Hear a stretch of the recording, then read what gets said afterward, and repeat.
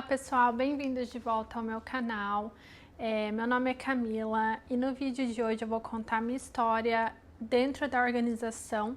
Eu nasci na verdade, né? O que para Testemunho de Jeová significa você nascer como Testemunho de Jeová. Porém, só minha mãe era Testemunho de Jeová, ainda é. Eu vou contar rapidinho aqui a história da minha mãe só para vocês terem uma noção. A minha mãe casou muito jovem, acho que ela tinha 17 anos, ela era menor de idade ainda. Meu pai tinha 19, então os dois eram muito jovens, meu pai era muito ciumento, era muito possessivo. E minha mãe sempre muito submissa, né? Aceitava o controle do meu pai. E um dia ela começou a estudar a Bíblia com a Testemunha de Jeová. Ela quis se tornar Testemunha de Jeová na hora, né? Ela abraçou tudo aquilo que ela estava aprendendo, tomou como verdade, né? Então ela queria começar, agora essa pessoa, né, essa mulher queria começar a ir nas reuniões e pregar de casa em casa. Pensa para esse marido ciumento, né? O que ele achou, né? Uma pessoa que não deixou minha mãe nem terminar o ensino médio. Agora minha mãe queria ficar batendo de porta em porta. Então meu pai, muito ciumento. Meu pai, ele era o que a Testemunha de Jeová chama de opositor, né? Então, meu pai era muito opositor, ele queimava os livros, fazia de tudo. Tudo que vocês imaginar, expulsava os irmãos de casa. Daí, minha mãe teve meu irmão é muito mais velho que eu. Meu pai não deixou minha mãe levar meu irmão nas reuniões, nem criar meu irmão como Testemunha de Jeová. Depois veio a minha irmã. Minha mãe até começou a levar a minha irmã para o Salão do Reino, mas quando a minha irmã era bem novinha, ela fala que ela já tinha decidido a não ser Testemunha de Jeová. E é interessante que eu só fiquei sabendo realmente os motivos de verdade muito recentemente, depois que eu despertei. A minha vida inteira eu nunca realmente soube o lado da minha irmã, porque, né, você sabe que nessa seita você é afastado até da sua família. Quando eu nasci, eu e meus irmãos, nós temos uma diferença de idade muito grande. Quando eu nasci, meu pai já não era tão opositor, que meu pai desistiu. Ele viu que ele não ia conseguir bater de frente com a seita. Então ele desistiu e daí ele deixava a minha mãe ir, ele se acostumou com a minha mãe indo nas reuniões e tudo mais. Aí meu pai queria que eu fosse Testemunha de Jeová, ele queria que eu fosse pro salão. Eu acho que ele viu ali uma coisa de, ai, as irmãs são todas comportadas, né? A moralidade também das pessoas. Então, acho que meu pai viu nisso, tipo, ai, vai ser bom para minha filha, né? Se ela for Testemunha de Jeová. Eu nasci e cresci no Mato Grosso, numa cidade bem pequena chamada Campo Verde. Inclusive, lá não tinha Testemunha de Jeová. Minha mãe ficou muitos anos lá sem Testemunha de Jeová. Ela ficou isolada, né? Que se fala. Ela tinha que ir para a capital, se ela quisesse ir para um congresso, assembleia, mas enfim. Depois eles foram para lá, criaram um grupo pequeno, Salão do Reino.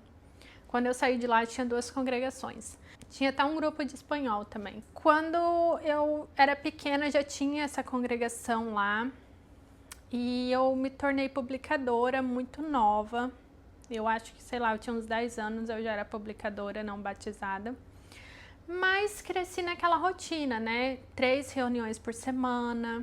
A reunião do meio da semana terminava muito tarde. Começava às 7h30, 8h30, 9h30. Para uma criança é muito tarde. Principalmente criança que tem que acordar cedo no outro dia. E era tudo aquilo, era campo, né? E eu tava lá naquela cidade pequena. Quando eu saí de lá, em 2017, aquela cidade tinha uns 40 mil habitantes. Então, quando eu era adolescente, eu lembro que tinha, sei lá, 25, 30 mil habitantes, sabe? Era uma cidade muito pequena. Eu era uma pessoa mentalmente dentro da organização desde criança. Desde criança eu tinha medo de desobedecer a Jeová. Eu esperava pelo paraíso, né? Muito ansiosa. E eu lembro que quando eu era criança, eu lembro eu no campo conversando com os irmãos e falando, eu não vou fazer faculdade, eu não vou fazer faculdade. E assim, gente, eu era uma criança que eu coloquei aquilo na minha cabeça baseado no que eu ouvia na tribuna. Minha mãe nunca falou nada daquilo pra mim, nunca falou nada sobre faculdade comigo naquela época. irmãos do salão, ninguém falava sobre faculdade, nada. Eu lembro que só de ver na tribuna eles falando de faculdade, eu já falava que eu não ia fazer faculdade. Eu também lembro que eu era criança, muito pequena, e eu assisti aquele vídeo Até os Confins da Terra. Eu era criança mesmo, gente. E eu lembro que eu falei que eu queria ser missionária. Eu queria ser missionária, eu queria estudar em Gileade, eu queria ir para um país só com a passagem de ida, um país que eles iam me falar na hora. E aprender um idioma e pregar para as pessoas naquele país, formar uma congregação. E eu lembro que era muito, muito pequena quando eu vi aquele vídeo e ninguém falou pra mim, já pensou, você não quer ser missionária? Ninguém falou. Eu não vi ninguém também falando, eu quero ser missionária.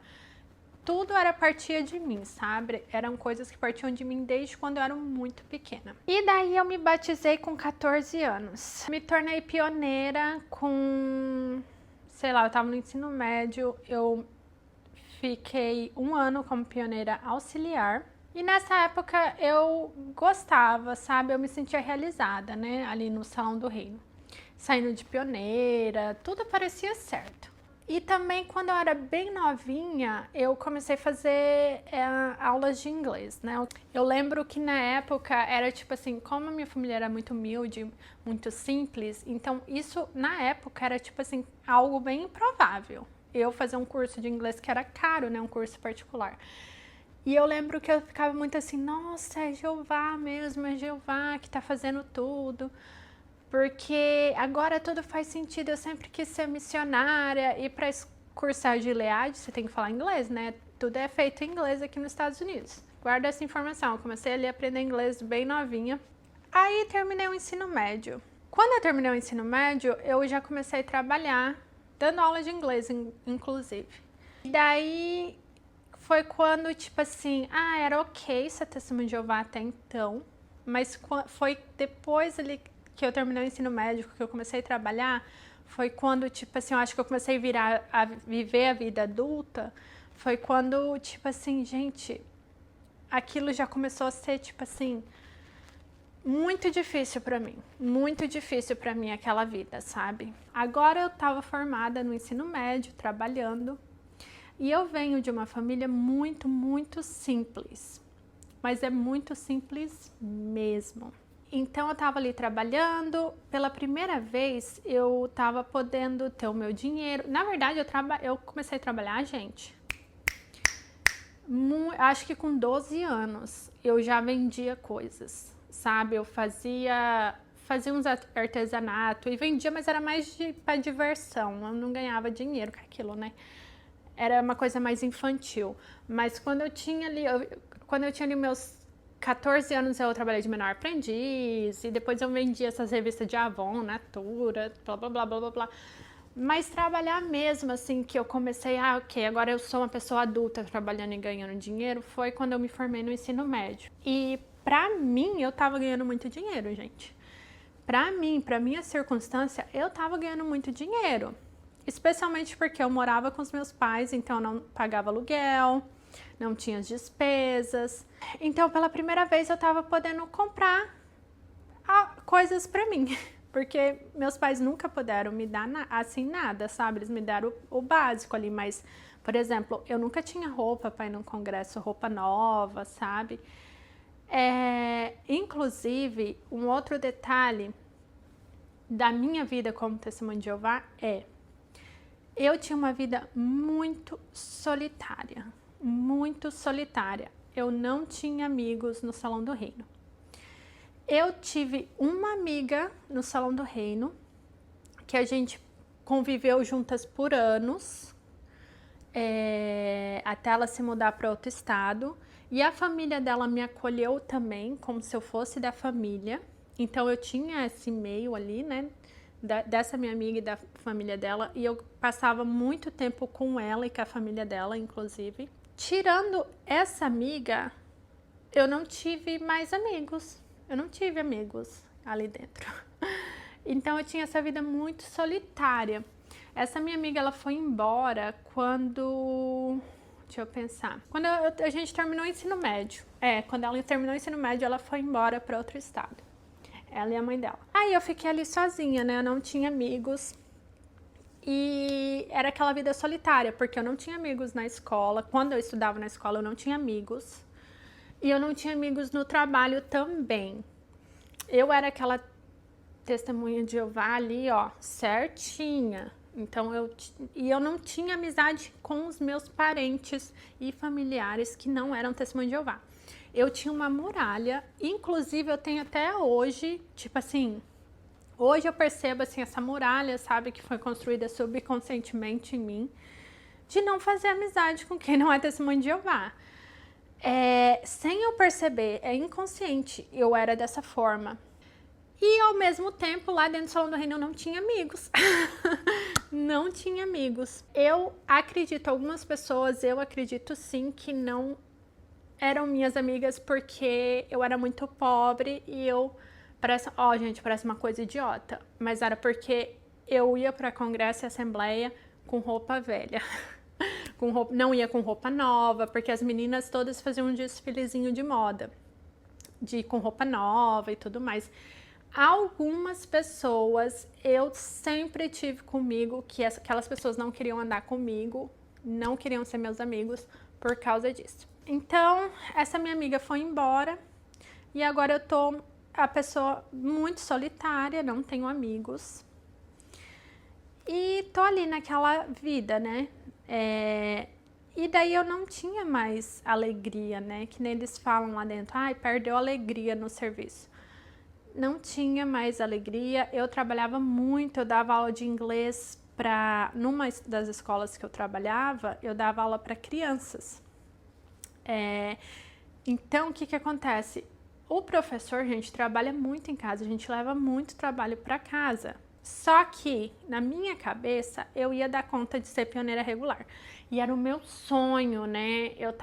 Queria ser pioneira regular, queria ir cursar a escola, né, de pioneiros. Na minha cabeça ia dar certo, então assinei petição e fui ser pioneira regular, né?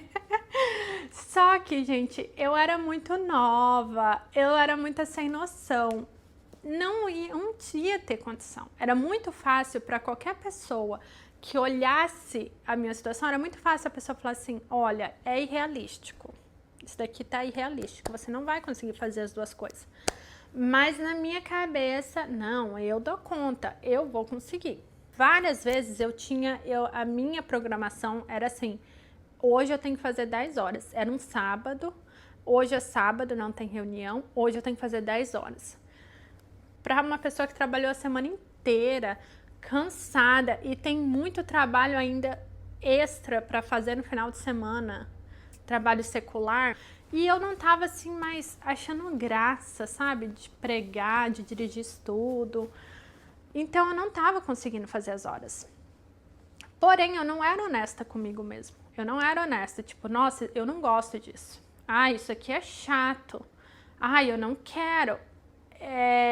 Eu não era honesta. Ou tipo assim, eu não vou conseguir. Eu não tinha isso, sabe? E na minha cabeça o problema era eu.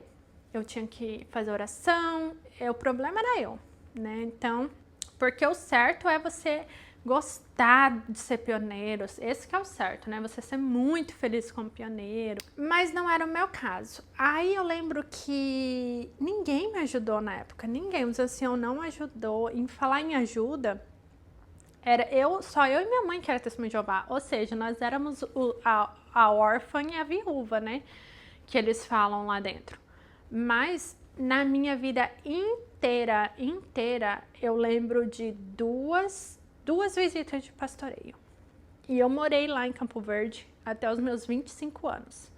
Eu lembro de 2 visitas de pastoreio em 25 anos. Numa dessas visitas de pastoreio, inclusive, foi quando eu não estava cumprindo as minhas horas. Eu lembro que os anciãos foi lá em casa fazer a visita de pastoreio. E eu lembro que conversou com a minha mãe, não lembro o que conversou, porque não tinha nada a ver comigo. Aí o ancião virou pra mim, quando ele terminou de conversar com a minha mãe, ele virou pra mim e ele, suas horas. E eu fiquei me explicando ali pra ele, que nem quando você se explica pra um chefe. E eu fiquei ali me explicando pra ele, não, eu vou conseguir, irmão, eu vou ir atrás, eu vou fechar minhas horas, blá, blá, blá. E foi isso.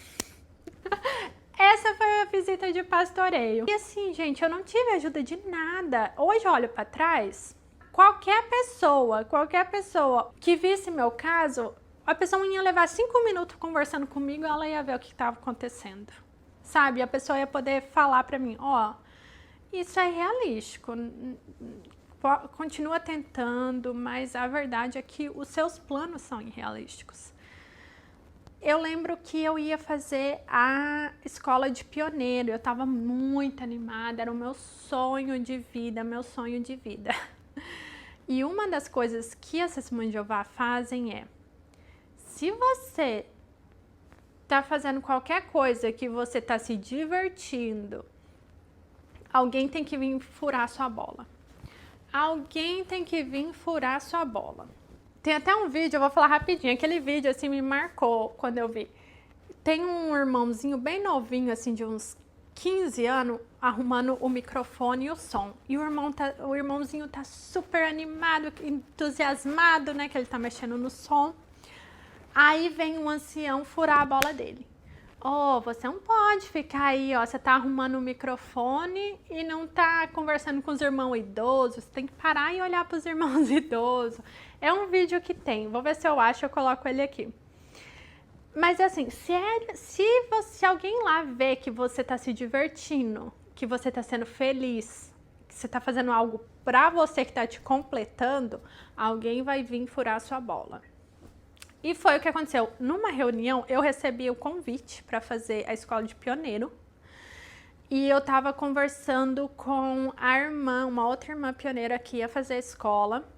Toda animada, gente, toda animada na escola de pioneiro, blá, blá, blá, blá, blá, blá. E um ancião, do nada, me chamou, né? Lá no cantinho tinha sala beira, a gente ia num cantinho lá de salão. Me chamou com outro ancião para lascar lenha em mim das horas. Aí eu falei para ele, não, irmão, eu vou deixar de ser pioneira regular, vou voltar, depois eu volto quando eu conseguir fazer minhas horas. E eu acho que ele não tava esperando aquilo, sabe? Aí ele, não, mas você tava 5 minutos atrás, você tava pulando de alegria para a escola de pioneiro, blá, blá, blá. E eu, irmão, eu sei, mas não tá dando para mim fechar minhas horas, quando eu puder voltar, fechar minhas horas, aí eu faço. E, gente, aquele dia eu não acordei pensando, hoje eu vou falar com o ancião para cancelar a minha petição. Foi ali na hora da conversa que veio lascar em mim, né? Sabe, a pessoa tá vendo que você tá feliz, a pessoa tem que vir furar a sua bola. Foi desse jeito. Aí eu deixei de ser pioneira regular. Mas isso era uma frustração. Eu sentia que eu tinha fracassado, eu sentia que eu tava fracassada. E eu olhava outras pessoas que eram pioneiras, outras pessoas que estavam indo fazer a escola de pioneiro, que era o meu sonho. Então, comecei a me sentir fracassada, fraca na fé. Mas, ao mesmo tempo, eu não gostava de pregar, não queria, ir no campo. Eu tava cansada de trabalhar e ter que acordar cedo no final de semana para ir pro campo. Eu dava aula à noite também, na escola de inglês, eu dava aula à noite até tarde. E ensinar uma língua estrangeira não é fácil, é cansativo, sabe? E ao mesmo tempo, gente, que eu saí do ensino médio, eu caí dentro da sala de aula como professora. Então, ao mesmo tempo, eu também estava aprendendo muito. Mais cansativo ainda, porque eu ainda tinha que aprender o que eu estava fazendo, me encontrar ali, saber como agir, como que não agir. Tudo isso torna tudo mais cansativo também, sabe? Então, nesse ponto da minha vida, a minha única amiga que eu tive na minha vida inteira, se mudou para outro estado. Então, eu estava sem amiga, sem amigos, não tinha ninguém. E eu quero esclarecer aqui o seguinte. As pessoas, a maioria delas, a grande maioria delas, gostavam de mim, não tinham nada contra minha pessoa e queriam o meu bem. Mas eles não eram meus amigos no sentido de seu amigo que conhece você, sabe da sua vida, é o seu companheiro que tá ali, sabe? Você tem um contato com a pessoa frequente, porque senão não existe amizade também. O contato que eu tinha com essas pessoas era no campo, na pregação e nas reuniões, era nas atividades. E só a conversa das atividades ali, ninguém sabia da minha vida. Então, esse negócio de amigo, aquela pessoa que tem coisas em comum, que daí vocês conversam de conversas descontraídas sobre coisas em comuns e se divertem juntos, isso eu não tinha. Então, só para esclarecer esse detalhe.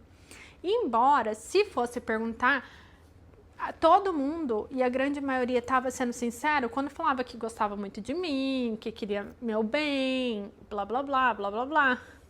Mas não é disso que eu tô falando, eu tô falando de amigo, de amizade, aquela pessoa que conhece você, que conversa com você, que sabe da sua vida. Isso eu não tinha. Então, essa única amiga nessa parte da minha vida, essa minha única amiga se mudou para outro estado. Então eu tava ali sozinha naquela situação, pessoa naquela vida totalmente controlada, né? Tudo muito controlado. Uma palavra que tem numa música, as pessoas já te proíbem de ouvir a música. Não importa se você gosta ou se não gosta. Questão de aniversário, de Natal, dessas coisas, eu nunca senti falta. Porém, eu nunca tive, né? Então não sei. E eu também não tinha vontade. Eu era aquela pessoa, assim, muito destemida, aquela testemunha de Jeová muito certinha, muito focada no reino e em Jeová. Então, eu não sentia falta, eu não tinha, assim, vontade de ter isso. Do mesmo jeito que eu nunca tive vontade de ficar indo pra festa, pra bebedeira. Nunca tive vontade de nada disso, eu pessoalmente. Então, ok, né? Então até, tipo assim, eu não tinha isso, assim, ai, né, essa vida é muito ruim porque eu não comemoro aniversário, Natal, essas coisas. E a minha família também, que nem eu falei, era muito pobre, então nem ia fazer diferença. Se meu pai e minha mãe não tinham dinheiro para comprar coisas que eram até certas necessidades para mim, quem dirá presente de Natal. Aí nessa solidão, assim, dessa vida triste, eu comecei a conversar com um irmãozinho. E a gente começou a conversar, mas era muito assim, eu não queria casar com aquele irmão, e no Salão do Reino é assim, não existe namorar, nada, é namorar e casar, né? E eles se orgulham muito disso, né? Eu não queria casar com aquele irmãozinho e tal, mas ao mesmo tempo, era a única pessoa que eu tinha pra conversar. E então, a gente criou ali uma amizade e esse meio namoro escondido, mas era extremamente uma codependência muito grande. A gente conversava por mensagem, ele morava em outra cidade, mas a gente conversava por mensagem de textos o dia inteiro. O dia inteiro. Era uma codependência emocional, assim, bem das mais sérias mesmo. E nesse meio tempo, todo mundo vendo aquilo, porque eu ficava conversando com ele todo dia, toda hora. E à noite, horas e horas à noite por ligação. Então, tipo assim, as pessoas sabiam o que estava acontecendo, mas também não recebi nenhuma ajuda de ancião, não recebi ajuda de ninguém. Pra mim, no meu caso, quando eu precisei de ajuda, nunca teve nenhum ancião lá pra me ajudar. Ou pra perguntar o que estava acontecendo, que nem a questão das minhas horas, não. Só pra cascar lenha. Na hora de cascar lenha, ele tava lá. Mas nunca pra me dar uma ajuda prática, pra ajudar a me enxergar uma coisa que eu não enxergava na hora. Na época, não tinha. E daí eu fiquei conversando acho que 1 ano desse jeito com esse menino. E depois, aí eu sofri um acidente assim bem traumático. Eu caí de cavalo e o meu osso do meu braço quebrou e o osso saiu pra fora do meu corpo. Foi bem traumático, onde a gente estava não pegava celular, a gente teve que dirigir para a cidade. Eu achei que eu ia ficar sem braço. Extremamente traumático e muito doloroso, senti muita dor. Aí eu tive que fazer uma cirurgia. Aí eu tive que... Fiquei acho que 2 meses com gesso. Quando eu tirei o gesso, meu braço tava muito feio, tava muito fino, muito feio e muito deformado, muito deformado. Eu tinha perdido totalmente os movimentos do meu cotovelo e até hoje o meu braço não voltou assim ao normal, ele ficou deformado. Para uma pessoa de 20 anos, isso é muito difícil. Isso é muito difícil. Sem contar que o tratamento de fisioterapia era muito doloroso. Então, passei muita dor, não só no acidente, em tudo que aconteceu, mas muita dor também no tratamento, por meses. E muito frustrante, porque eu achei, não, vou fazer o tratamento, meu braço vai voltar ao normal, não voltou. Então, tipo assim, muito frustrante, muita coisa para uma pessoa muito jovem, sabe? Ali nos seus 20 anos. Então, e mexe com a sua aparência física, enfim. De novo, eu passei ali, eu tive uma pré-depressão, eu tava passando por tudo isso, porém eu sempre fingindo que tá tudo bem, sempre fingindo que tá tudo bem, sorria e acene. Então, os meus pais, eles olhavam pra mim, viam que eu tava normal, então eles seguiam a vida, né, achavam que eu tava bem. E de novo também, ancião, nunca conversaram comigo sobre o que aconteceu, se eu precisava de ajuda espiritual, nunca tive ajuda espiritual de ancião, eu nunca tive, nunca. E na época eu não percebia tudo isso que estava acontecendo, na época eu não percebia que, eu tenho que tratar isso, eu tenho que ver muitas coisas aconteceu comigo, eu não posso só seguir minha vida, fingir que nada aconteceu, eu preciso processar tudo isso, né, assim, mentalmente e emocionalmente. Mas não, eu tava só jogando por debaixo do tapete, sorri e acene, tá tudo bem, não tem nenhum problema. Ignorando realmente tudo que tinha acontecido e que estava acontecendo comigo.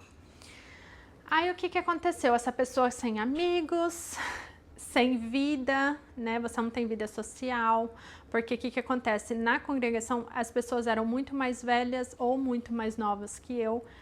Para eu ter uma associação, assim, que não fosse atividades da organização, era raramente quando alguém fazia alguma coisa e me convidava, porque às vezes eu nem era convidada para as coisas que tinha, sabe? Não tinha, minha cidade não tinha um shopping, não tinha um cinema. Primeira vez que eu fui no cinema eu tinha acho que 14 anos. Não tinha nada, não tinha entretenimento nenhum. Então essa era a vida de uma pessoa de 20 anos, que viveu a sua vida inteira, estava com 20 anos e era essa vida que vivia. Aí o que aconteceu? Toda aquela amizade que eu tinha com esse irmão, com essa pessoa, que era só por telefone, por ligação, por mensagem de texto, o que aconteceu? Eu comecei a usar essa amizade que eu tinha com essa pessoa como uma válvula de escape para mim lidar com tudo que estava acontecendo. Então, a gente começou a ficar muito próximo e a gente começou a se encontrar pessoalmente. E foi assim que eu acho que eu consegui, eu lidei com tudo que estava acontecendo comigo, sabe? Então, a gente começou a se encontrar pessoalmente várias vezes e tudo mais. E era dessa forma que eu conseguia colocar as coisas por debaixo do tapete e sorrir e acene. Mas na época, eu não entendia nada. Eu tinha 20 anos, mas eu não entendia nada. Eu era muito ingênua também. Então, eu não entendia no sentido assim, que eu não entendia, tipo, eu preciso de amigos. Eu preciso de alguém para conversar, para desabafar, para chorar se eu precisar. Na época, eu não entendia essas coisas, sabe? Eu achava que eu tinha que estar bem, eu tinha que estar sorrindo, porque eu só tinha que estar bem e ser pioneira. Era só isso. Não era uma opção para mim não estar bem. Aí até que passou um tempo e eu cortei contato com essa pessoa, porque eu sabia que eu não queria casar com essa pessoa, eu não gostava dessa pessoa desse jeito, sabe?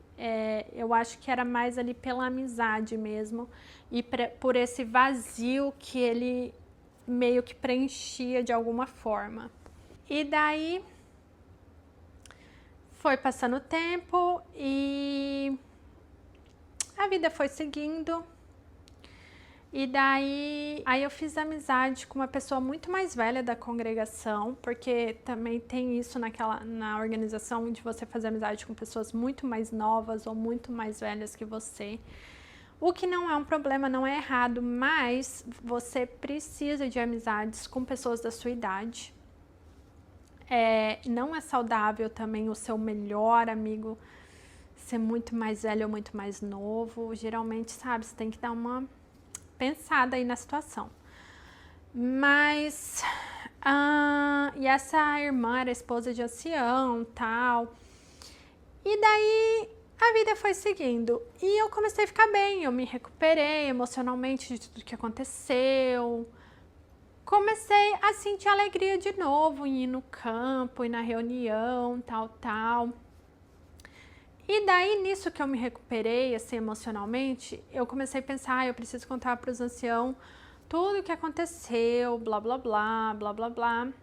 E daí eu fui contar para os anciãos, né, tudo o que aconteceu. Fizeram uma comissão judicativa comigo. E assim, hoje, lendo o livro dos anciãos, eu vejo que eles não deveriam ter me desassociado. Mas na época eu fui lá nessa comissão judicativa. Ai, gente, eu não gosto nem de lembrar que eu me submeti àquilo. Sabe, acho que muito assim, quando uma pessoa é e você tem aquele sentimento de violação, eu tenho um sentimento de violação muito grande com tudo que aconteceu naquela comissão judicativa, e eu acho que só quem é mulher que passou por uma comissão judicativa sabe o que eu tô falando. É extremamente criminoso. Tudo que eles o que acontece ali é extremamente criminoso. É imoral, extremamente imoral também. Eu duvido que qualquer ancião chegaria no trabalho para o chefe e para os colegas de trabalho que não são testemunhas de Jeová e contaria o que eles fazem na comissão judicativa e as perguntas que eles fazem para uma menina de 20 anos, 20 e poucos anos. 3 velhos de 40 anos. Ou menos, né, gente? Que tem comissão judicativa até com menor de idade. Enfim, eu duvido que eles contariam, porque eles sabem no subconsciente deles que é extremamente criminoso e perturbador tudo que acontece ali. Mas enfim, passei por aquilo. Assim, gente, ai meu Deus, muito péssimo, muito péssimo. Mas eu tinha tanta certeza que era aquilo que Deus queria e que eu tinha que fazer aquilo, eu tinha que passar por aquilo, sabe? Todo aquele abuso, é uma forma de abuso aquilo. Eu contei pra eles, eu tomei a iniciativa de contar. Ninguém nunca ia descobrir até hoje se eu não tivesse contado. Não era uma coisa que causou, assim, uma comoção na congregação inteira, porque ninguém sabia. E eu estava arrependida. E eu lembro que na época sempre falava assim, só é desassociado pecadores não arrependidos. E eu lembro que eu estava profundamente arrependida. Aí, mas mesmo assim fui desassociada. E eu lembro que foi assim, gente, eu fiquei sem comer, de tão triste que eu fui desassociada. Mas aí, beleza, fiquei desassociada por 7 meses. E aquela irmã que era muito mais velha do que eu, que a gente ficou muito amiga mesmo. Era muito amiga, até, sabe, quando é muito próxima, assim, também, eu acho que tem que dar uma olhada também, que geralmente não é muito saudável. E daí eu tive essa amiga, bem na época que eu fui desassociada, a gente era muito próxima, ela era muito mais velha do que eu. E ela tinha um filho que era da minha idade. Quando eu fui desassociada, e ela era esposa de ancião, aquela família do Salão do Reino, os mais zelosos do Salão do Reino, ancião, blá blá blá. Acho que o filho dela já era servo ministerial. Bem na época que eu fui ser desassociada, ela falou pra mim que ela queria que eu casasse com o filho dela. Ela sabia que eu ia ser desassociada, que ia ter um anúncio e tal, que eu contei pra ela. Aí ela veio com essa história, que ela queria que eu casasse com o filho dela. E eu falei que eu não queria, que eu não via ele dessa forma, só como amigo. Era uma pessoa que eu tinha zero atração, não tinha atração física e não tinha atração pela pessoa em si. aquela família era bem escrota, sabe? Na época eu não via isso, mas olhando para trás, e assim, na época eu não saberia falar isso em palavras, mas ele era escroto, sabe? Mas era aquele escroto mascarado de bom moço. Então, na época eu não sabia muito formular, mas eu sabia que, eu não gosto. Aí, guarda essa informação, eu reneguei o filho dela. Quando eu fui readmitida, eu só tinha essa amiga quando eu fui desassociada, que a gente fiquei próxima dela, amiga, tá? Essa eu não considero amiga, era amiga, entre aspas. 7 meses depois eu voltei, fui readmitida. Daí algo bizarro aconteceu, bizarro. Essa esposa de ancião de 40 e poucos anos, ela começou a fazer muito bullying comigo, muito bullying. Péssima, péssima, péssima, era no campo, era em todo lugar, todo lugar, todo lugar. Ai, foi péssimo, foi péssimo, foi péssimo. Sabe, eu acho que o maior pecado que eu cometi na minha vida não foi pecar contra o Jeová, foi renegar o filho dela. Aí a amizade acabou, né? Ela começou a fazer muito bullying comigo quando eu fui readmitida, na frente das pessoas, me constranger. Mas tipo assim, só constrangimento, sabe? Constrangendo você na frente das pessoas. E a outra coisa bizarra que aconteceu quando eu fui readmitida foi, o resto da congregação começou meio que, foram bem frios comigo. Pareciam que era uma pessoa estranha, parecia que eu era estranha para todo mundo. Foi bem esquisito, bem esquisito, bem esquisito. Nisso eu comecei a viajar muito para o estado onde a minha amiga morava, que era São Paulo. A minha amiga mesmo, que era São Paulo.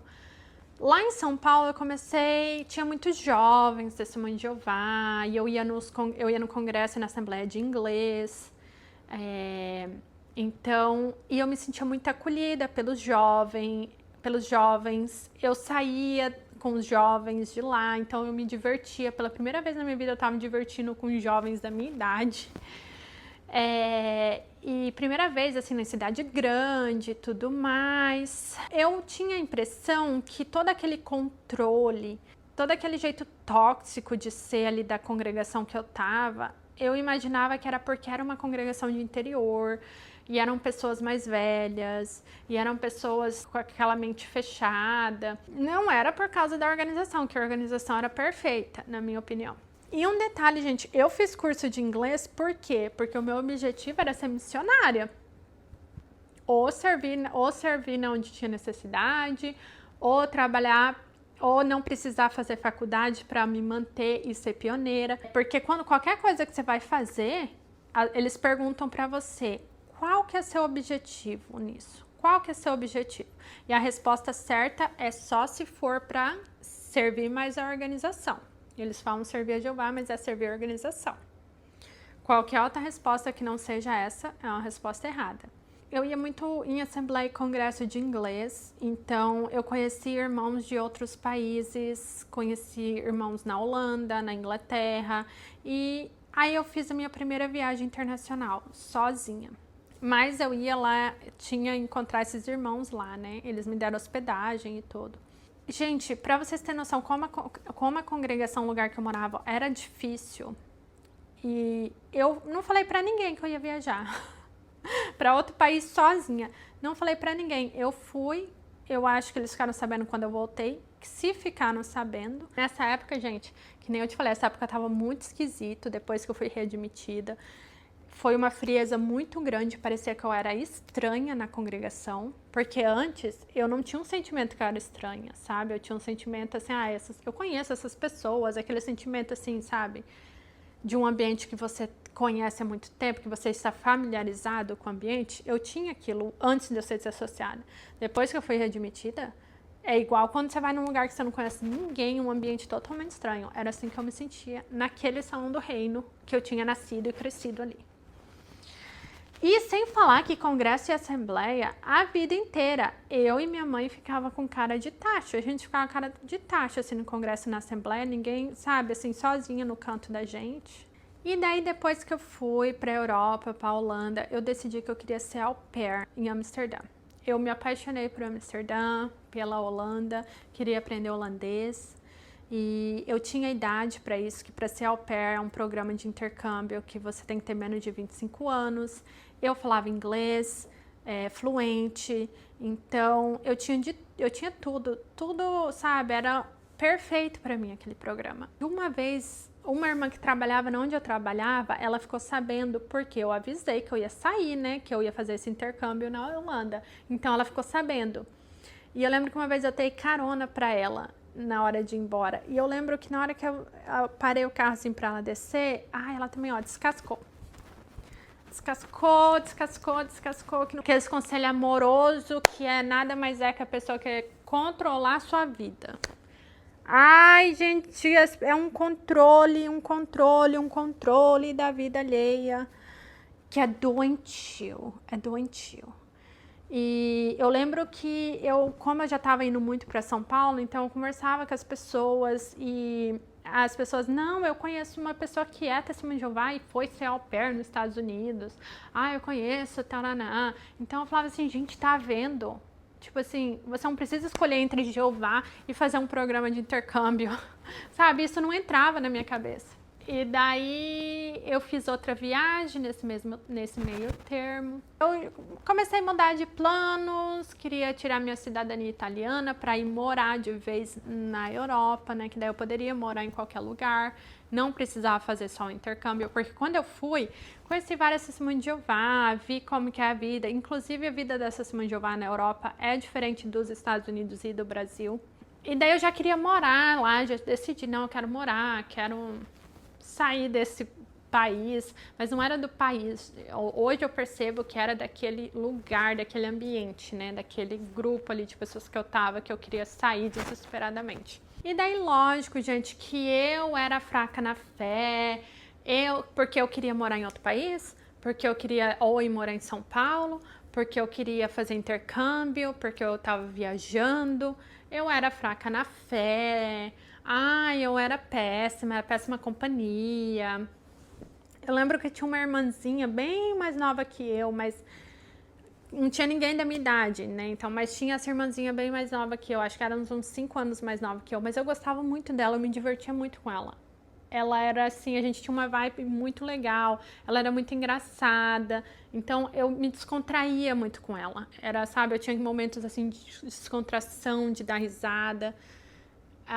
E eu lembro que a mãe dela, quando eu fui readmitida, a mãe dela, assim, praticamente proibiu ela de andar comigo.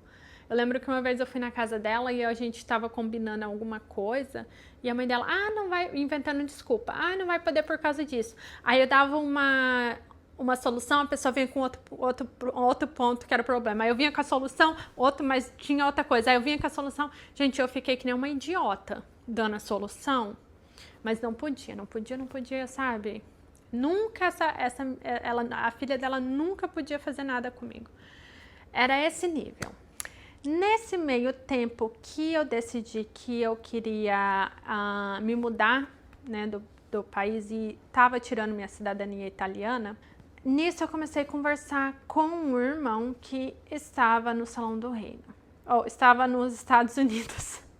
Comecei a conversar com ele, ele estava aqui nos Estados Unidos. A gente começou a namorar, e vamos casar. E daí eu vim para os Estados Unidos para conhecer ele. Ele era brasileiro,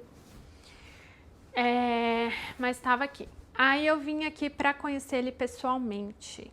E o plano era a gente ia namorar 6 meses, que era o tempo de visto que eu tinha para ficar aqui nos Estados Unidos. Juntar dinheiro pra gente se casar e morar na Europa. Esse era o plano, né? E daí, gente, a gente vai para outra fase, né, da minha vida, que é quando eu vim para os Estados Unidos. O vídeo ficou muito grande, então eu vou fazer a parte 2, que é a minha história sendo testemunha de Jeová aqui nos Estados Unidos. Eu cheguei aqui em 2017, então são aí 8 anos, e eu vou compartilhar com vocês tudo o que aconteceu aqui também. Se você gostou desse vídeo, se você assistiu até aqui, deixa um like pra mim, deixa um comentário falando o que você achou. E eu vejo você na parte 2, que eu vou postar junto com esse vídeo, então não vai precisar, vocês não vão precisar nem ficar esperando pela parte 2.